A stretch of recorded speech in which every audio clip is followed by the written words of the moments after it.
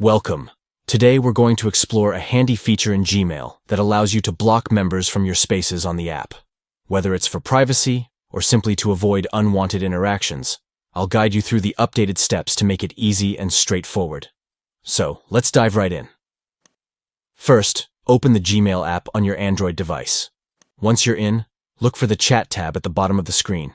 Tap on it, and you'll see all your spaces listed.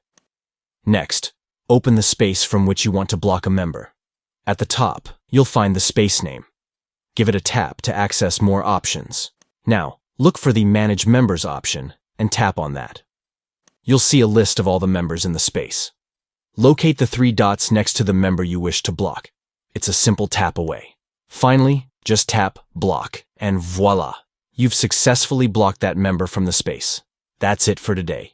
If you found this guide helpful, don't forget to like and subscribe for more tips and tricks on using Gmail effectively.